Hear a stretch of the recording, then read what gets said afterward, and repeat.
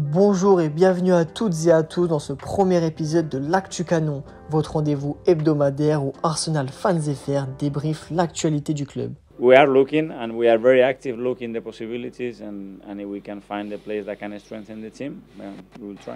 On commence à toute allure avec le dossier chaud du moment, Mikhailo Mudryk. L'ailier ukrainien est en effet courtisé depuis le mercato estival dernier. Arsenal est le premier club à avoir accéléré avec deux offres refusées par le Shakhtar qui demandera environ 100 millions d'euros pour lâcher sa pépite. Entre le prix élevé demandé et la concurrence de Chelsea qui est rentrée dans la danse, ce dossier paraît compliqué, toutefois le joueur de 21 ans donnerait sa priorité aux Gunners. Parallèlement, le club serait intéressé par Joao Félix, mais là aussi l'Atlético paraît demander trop pour Arsenal. Le club chercherait activement un milieu de terrain à recruter. Pour le moment, le seul nom énoncé est celui d'Alexis McAllister, sans qu'aucune source tangible ne corrobore la rumeur. Yeah, obviously we have a few of those that we are willing to extend the contract. Will is one of them. I think he's shown in the months that he's been with us the quality and again the personality that he has to play at the level that we want, and we are trying to do that because we know that he can be a really important part for our plan. Pas de doute, Arsenal est actif sur ce mercato, mais pas seulement au niveau des recrues. Les prolongations de contrats sont aussi dans les priorités. Les discussions pour prolonger Saliba et Saka continuent. Le club a déjà activé des clauses de prolongation d'1 an, portant leur contrat actuel jusqu'en 2024. De son côté, Gabriel Martinelli devrait lui être prolongé jusqu'en 2025.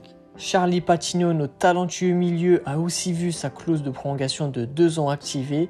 Le club devrait néanmoins lui proposer une prolongation de meilleurs termes rapidement. Enfin, Ramsdale devrait lui aussi voir la confiance portée par Arteta en ses services résulter en une prolongation, assurant son statut de portier numéro 1. I'm really proud the way we played, the way we dominated the game, the approach that we had from the beginning.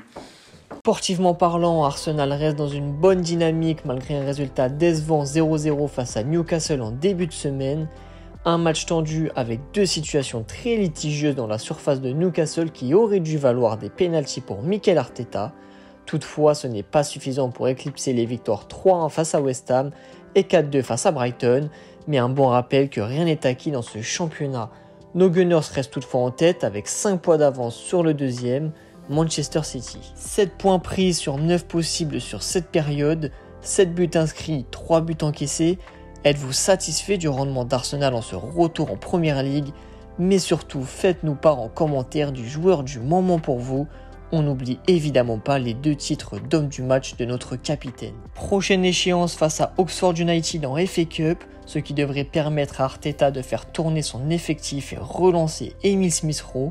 De retour à l'entraînement depuis peu, le joueur de 22 ans pourrait être aligné d'entrée d'après The Athletic. Enfin, c'était un moment qu'on attendait et qui n'a pas déçu, le grand retour de la légende Arsène Wenger au stade depuis 2018.